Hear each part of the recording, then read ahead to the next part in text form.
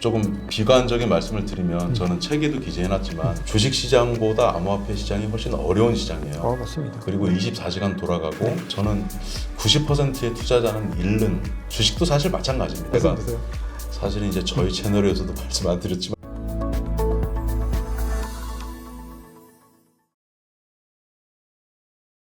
그러니까 이게 알트코인 관심이 있더라도 시가총액 최상위권, 정말로 완전 최상위권만 어느 정도의 관심이 있고 나머지 우리가 흔히 아는 시가총액 30위 바깥은 아직까지는 굉장히 위험하다고 생각을 합니다. 그렇죠. 개인적으로. 자, 그러면 이제 어떻게 보면 이걸로 이제 저희 구독자분들께 이제 비트코인 관련된 마지막 조언일 수도 있습니다. 대표님께서 주실 수 있는. 자, 지금 계속해서 이제 주식과 디커플링이 일어나고 있습니다. 그래서 이제 올해부터는 올해 이제 초부터 계속해서 나스닥과는 좀 다른 행보들을 보이고 있는데 앞으로도 이 주식과 비트코인의 상관관계는 계속해서 멀어질 것인지 어떻게 될 것인지 부분들과 그리고 이 시점에서 이제 우리 구독자분들이 어떻게 대처를 하면 가장 현명한 어떤 투자를 했다라고 볼 수 있는지 정리 한번 부탁드리겠습니다. 제가 이제 한 2017년도부터 데이터를 가지고 그 통계적으로 네. 상관관계가 이제 코릴레이션인가 그럴까요? 네네. 그 분석을 해오고 있는데 디커플링이 깨지기 시작한 게 2년 전부터고 네.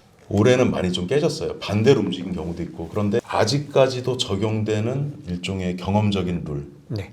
있어요. 그게 뭐냐면 제가 아까 뭐라고 말씀드렸냐면 비트코인이 나스닥의 한 종목 정도로 인정받는 게 미국 시장의 현실이라고 말씀드렸잖아요. 네네. 한 달 단위로 보는 방법이 있고 저는 이제 1월 1일부터 올해 이제 현재 한 11월 말까지 정도 이제 상관관계도 살펴봤는데 제 기억으로는 나스닥하고 상관관계가 한 88% 정도 나와요.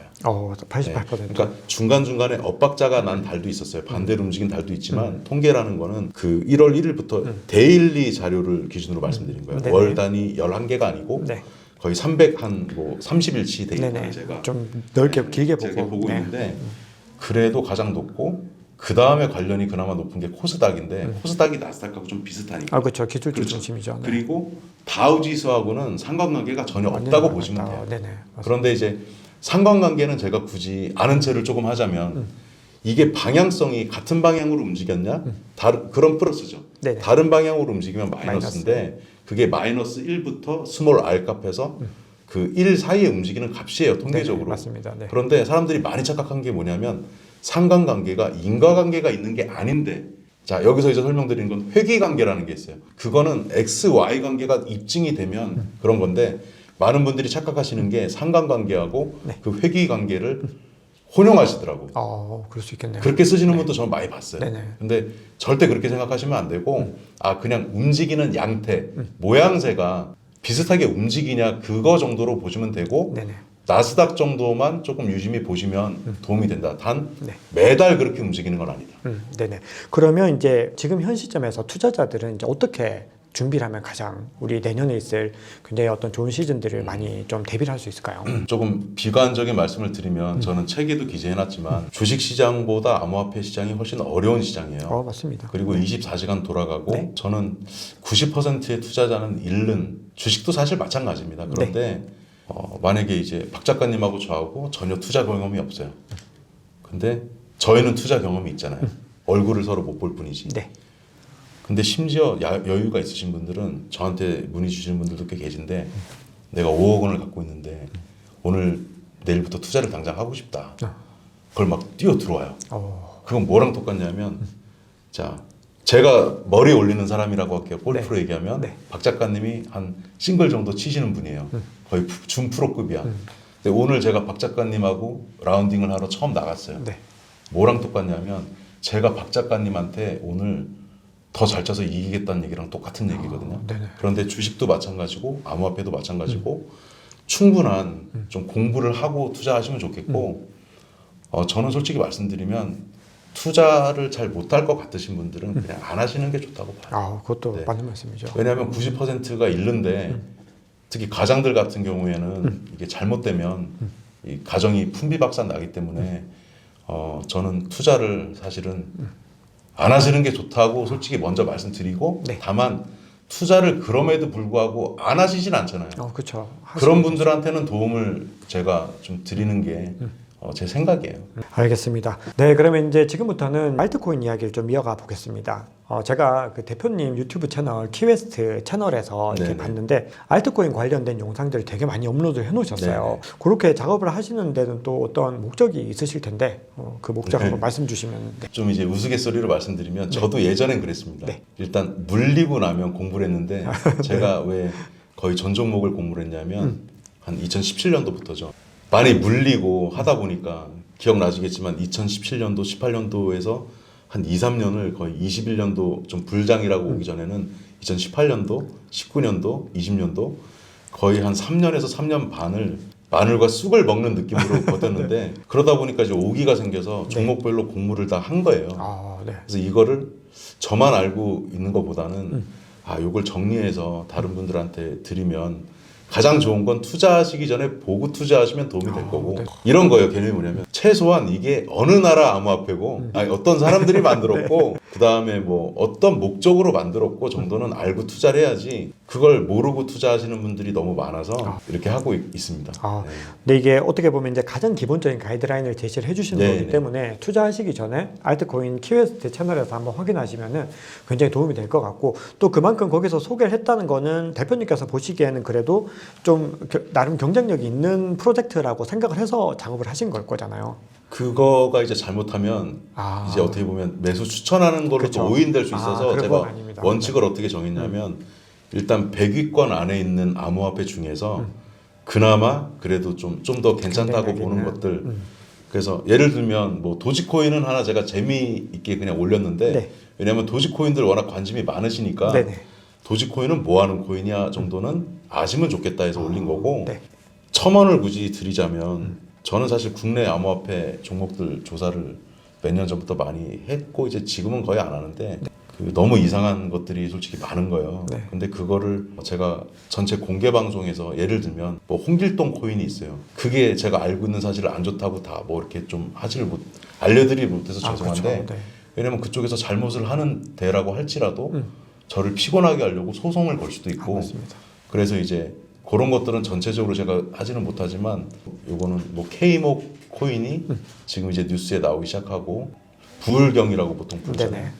그쪽을 위시해서 이제 곧 크게 터지기 시작하고 있는데 네. 그걸 추종하시는 분들을 저를 좀 안 좋게 보실 수도 있겠지만 네. 제가 그것만 해도 한 3년 전부터 괜찮냐고 물어보시는 분이 20명이 넘어요. 근데 저한테도 그 코인 네. 여쭤보신 분들이 꽤 그래서 제가 많았어요. 뭐라고 말씀드렸겠습니까? 하지 말라. 그리고 그게 또 그런 것들이 다단계 뭐 이런 것들이 안 좋은 점이 뭐냐면 가족이 그냥 진짜 없어질 수가 있어요. 맞습니다. 심지어 제가 본 아주 안타까운 사례는 엄마인데 자녀들까지 끌어들여가지고 그런 경우 많죠. 근데 투자만 하는 게 아니라 엄마가 뭐 거기 좀 뭐 역할을 맡고 계신 거예요. 네.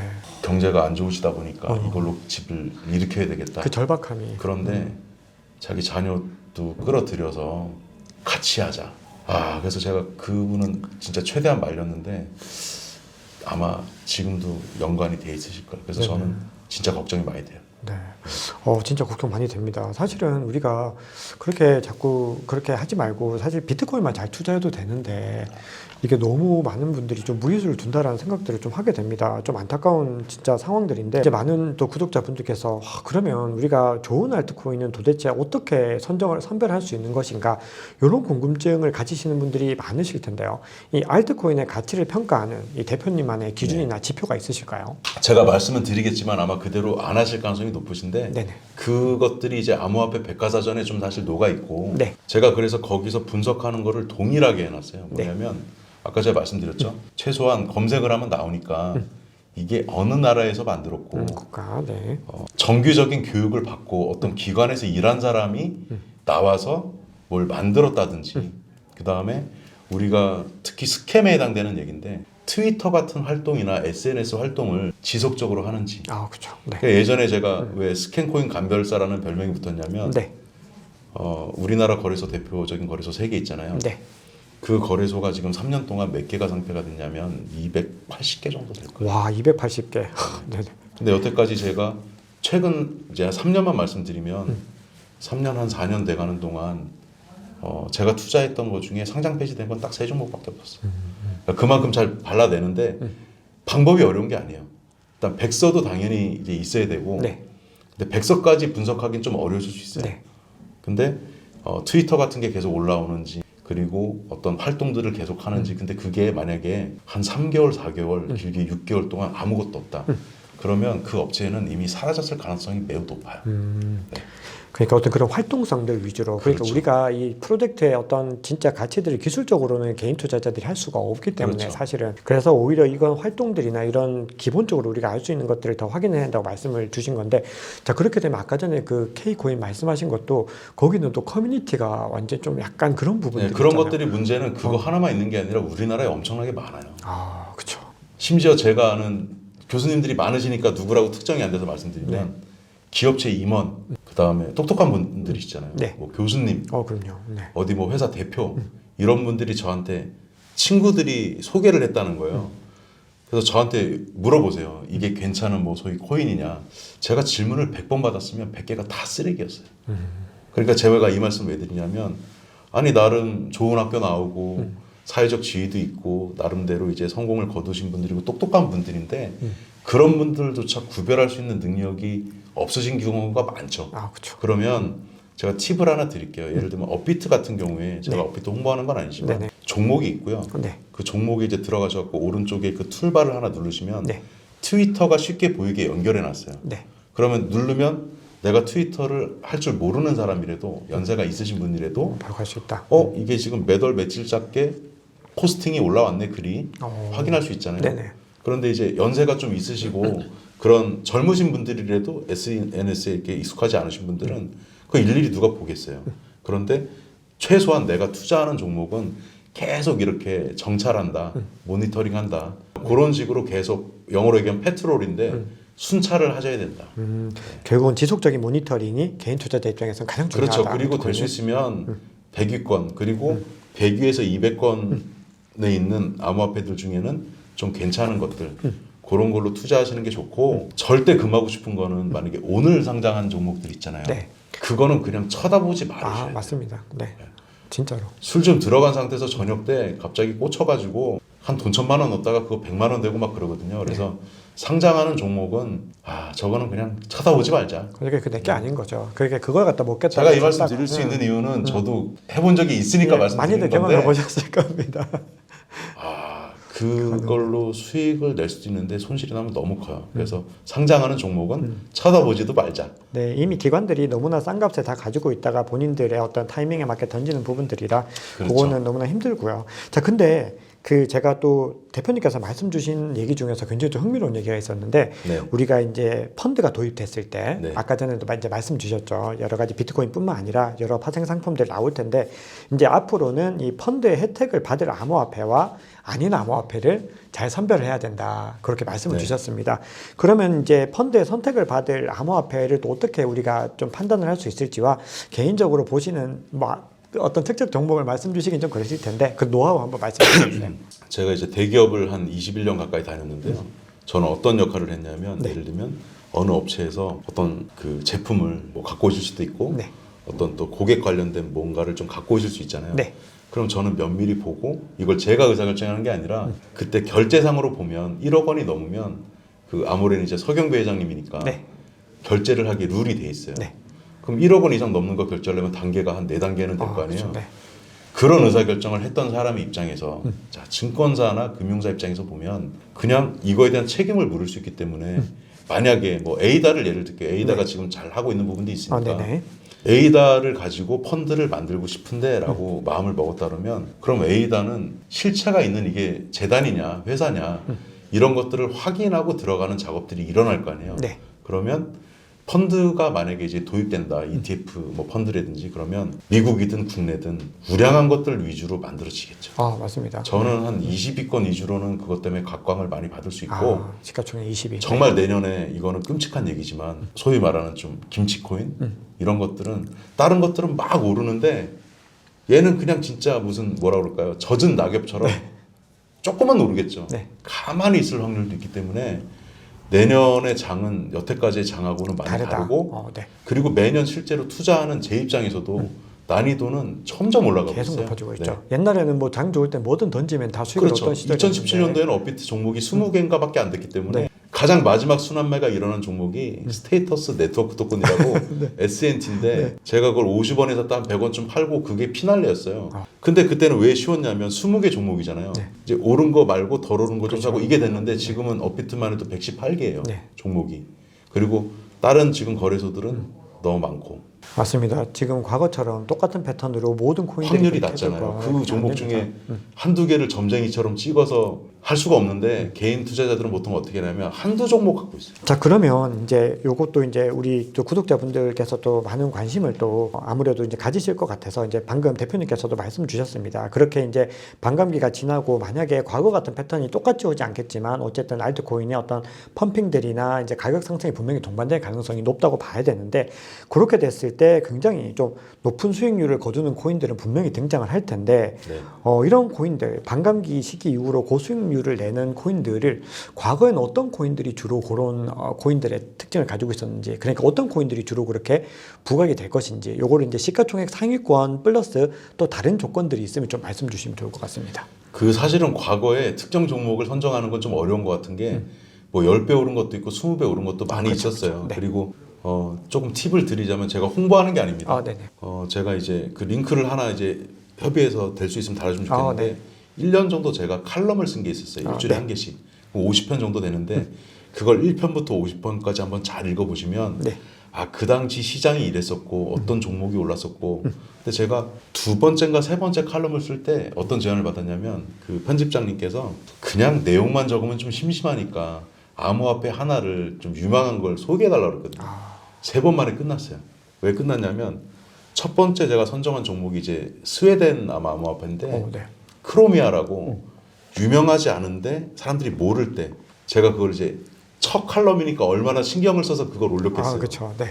그게 올리고 나서 이게 뭔가 타이밍이 맞았는지 급등을 한 거예요. 한 50배인가 정도 올랐어요. 50배면 거의 뭐 이렇게 최소 한 20, 30배 올랐어요. 그래서 그게 한 사건이 있었고 두 번째 종목은 제 기억이 안 나는데 뭘 또 올렸어요. 또 올랐어요. 세 번째쯤 오르니까 거기서 이제 회의하셔가지고 이게 오히려 문제가 될 수 있겠다. 그리고 잘못하면은 좀 이상하게 비춰질 수 있으니까 그래서 이제 다시 정리를 하면 예전에는 좀 쉽게 얘기해서 개나 소나 오르는 장세가 2021년도에 좀 왔는데 제가 왜 내년이 위험하다 그러냐면 자 2017년도부터 있었던 그 전에 있었던 고인물 암호화폐가 있고 뒤에 이제 나온 암호화폐가 있잖아요. 근데 정말 안타까운 게 우리 실제 생활 비즈니스하고 연결한 암호화폐는 지금 사실 자신 있게 말할 수가 없잖아요. 그러면 내년은 이제 어떻게 되냐면 아까 말씀드렸죠. 기관이 들어오고 해야 되는데 니네가 실제로 한 걸 갖고 와보라고 그럴 거야 아마. 근데 지금 사실 결제도 안 되고 잘 없는데요. 그러면 증권사 이런 데 입장에서 투자자 입장에서는 이거 상품하기 어렵다고 내부적으로 저는 상상이 되는데 진취적인 분들이 있다 그러면 누가 옳다고 말할 수 없어요. 진취적인 분들은 우리가 미리 준비했다 지금 안 되지만 법안이 만들어지면 출시 먼저 하고 빵빵 날립시다. 그리고 하나증권만 팔 수 있는 게 아니라 딴 데도 그 상품 팔 수가 있으니까. 어떤 분들은 이런 시각이 있는 것 같아요. 저도 증권사분들 만들어 보면 야 우리가 짜치게 저런 거를 저 불량품 같은 거를 우리가 명색이 증권사 투자하는데 해야 돼? 그거에 대한 입증을 지금 암호화폐 재단들이 해줄 수 있어야 되는데 그 일들이 내년에 벌어지기 시작하면 옥석이 많이 완전히 가려지겠네요. 가려질 거다. 잘 모르신다고 하면 그냥 50위권 좀 넓게 보면 100위권에 있는 것들 중에 지금 패러다임이 미국으로 많이 옮겨가고 있기 때문에 제 거 이제 암호화폐 백과사전도 좀 보시고 하시면서 미국 쪽에 이런 건 있죠. 뭐 몰타에다가 그 법인 소재지는 뒀지만 실제 활동을 하는 본사가 미국에 있냐를 그게 중요하다. 보고 하시면 사라질 확률이 적다. 더 상대적으로 낮을 거다. 그런데 중국이나 다른 지역권 좀 위험하다고 표현하는 건 아니고 법적인 규제가 뭔가 세게 등장했을 때 위험할 수 있는 데들의 종목은 조금은 헐핏하면 잡아갈 수 있잖아요. 지금 추진 중인데 사실은 나중에 이제 오픈되면 말씀드리겠지만 안 될 수도 있어서 그쪽 그 내용을 좀 듣고 싶어서 조금 규모가 있는 데인데 그 대표하고 지금 한번 미팅을 1월 중에 지금 일단 추진하고 있어요. 근데 제가 대표님 말씀 듣다 보니까 이제 어떻게 보면 아까 처음에 컬럼에서 추천하신 그 상품, 뭐 추천은 아니고 어쨌든 그래도 공부할 가치가 있다라고 해서 말씀 주신 그 코인 프로젝트는 스웨덴이라고 말씀 주셨는데 네. 그거를 어떻게 발굴하셨나요? 제가 이제 거의 웬만한 종목들을 그때는 종목이 지금보다 조금 적기도 했지만 상대적으로 크로미아라는 이제 암호화폐를 보게 된 게 미국에서 이제 국방부 같은 쪽에서 어떤 대회 같은 걸 연 거예요. 네. 근데 여기가 거기에서 이렇게 수상이 돼가지고 미국 쪽 이제 펜타곤 쪽 막 이렇게 해가지고 네네. 거기랑 뭘 한다는 거예요. 그래갖고 진짠지 가짠지 확인을 해야 되잖아요. 그래서 그 미국 뭐 예를 들면 국방성 이런 데서 뭐 올려놓은 것까지 확인했어요. 왜냐하면 크로미아만 얘기를 했는데 거짓말일 수 있기 때문에 전 양쪽을 다 체크해 보거든요. 네. 그랬더니 진짜 맞는 거예요. 그러면서 얘네가 예를 들면 이거 홍보하는 게 아닙니다. 네네. 과거 얘기니까. 네, 이걸 지금 사실이라는 건 절대 아니고요. 네. 과거에 그랬다는 거니까. 크로미아라는 데가 왜 미국하고 손을 잡고 뭘 하려고 그러지? 왜 인정을 받았지? 그러면서 이제 공부를 했고 얘네들이 이제 표방하는 게 또 게임 코인 같은 성격도 있지만 그거보다는 그리고 커뮤니티 활동이나 이런 것들이 되게 아기자기하게 물론 이제 영어로 이루어지지만 네. 되게 진정성이 있고 정말 저는 그때 당시에는 요즘도 그렇지만 뭘 중요하게 보냐면 대표하고 직원들이 쫙 모여서 단체 사진 같은 거 찍은 거 올리는 거를 그게 무조건 옳다는 아니지만 네. 안 하는 데보다는 저는 좋게 봐요. 근데 그게 3년 전에 올랐는데 이제 안 올라와 잘. 이런 것까지 좀 보시면 금상첨화겠죠. 네네. 결국은 이걸 누가 이끌어가느냐는 가장 중요하기 때문에 그렇죠. 이게 아무리 비전이 좋아도 실력이 안 되는 사람들이 그걸 이끌어갈 수가 없기 때문에 결국은 투자사들도 평가를 할 때 팀을 굉장히 중요하게 보는 게 같은 이치라고 생각을 그리고 합니다. 하나 중요한 거 네, 또 제가 말씀 주세요. 사실은 이제 저희 채널에서도 말씀 안 드렸지만 저희는 좀 작고 만약에 어떤 업체가 있어요. 코인이 있어요. 네. 우리가 소위 말하는. 근데 5년 동안 대표가 너무 자주 변경된다. 그것도 그러네요. 특히 김치 코인 중에 그렇다. 상당히 위험하다고 보시면 네네. 되겠습니다. 아니 대표도 그거를 버리고 안 한다는데 그렇죠. 비전 라는 없는 거죠. 관점으로 볼 수가 있다는 거죠. 네네. 진짜 맞는 말씀입니다.